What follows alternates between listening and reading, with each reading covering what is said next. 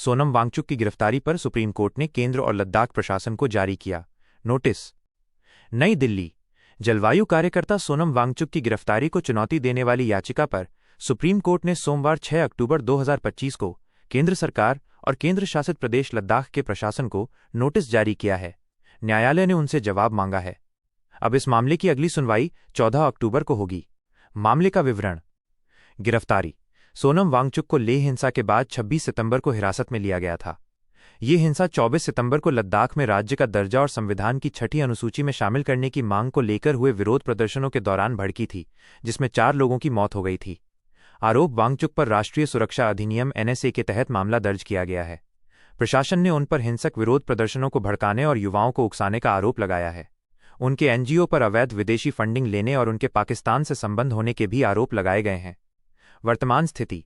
सोनम वांगचुक को गिरफ्तारी के बाद राजस्थान की जोधपुर जेल भेज दिया गया है। याचिका।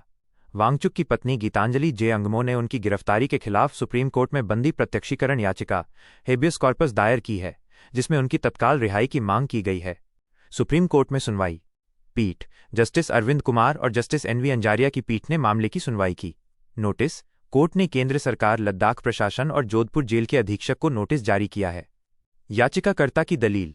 वांगचुक की पत्नी की ओर से पेश वरिष्ठ अधिवक्ता कपिल सिब्बल ने दलील दी कि गिरफ्तारी के कारण डिटेंशन ग्राउंड्स परिवार को नहीं बताए गए हैं, जो अदालत के फैसलों और अनुच्छेद 22 का उल्लंघन है। हिरासत के कारण बताए बिना बंदी प्रत्यक्षीकरण याचिका दाखिल करना और उसे चुनौती देना मुश्किल है। सोनम वांगचुक को उनकी पत्नी से मिलने नहीं दिया जा रहा है और उन्हें आवश्यक चिकित्सा सहायता दवाइयां उपलब्ध कराई जानी चाहिए। केंद्र का पक्ष। सॉलिसिटर जनरल तुषार मेहता ने केंद्र का पक्ष रखते हुए कहा कि गिरफ्तारी कानून के तहत हुई है और हिरासत के आधार बंदी सोनम वांगचुक को पहले ही सौंपे जा चुके हैं। कानूनी तौर पर हिरासत के आधार पत्नी को देना अनिवार्य नहीं है। हालांकि उन्होंने जांच करने की सहमति दी कि क्या पत्नी को एक प्रति दी जा सकती है। उन्होंने गीतांजलि अंगमो के अनुरोध को भावनात्मक माहौल बनाने की कोशिश बताया और कहा कि वांगचुक को कानून के अंतर्गत सभी सुविधाएं दी जा रही हैं। कोर्ट का निर्देश और अगली सुनवाई। सुप्रीम कोर्ट ने केंद्र से जवाब मांगा है और मामले की अगली सुनवाई के लिए 14 अक्टूबर की तारीख तय की है।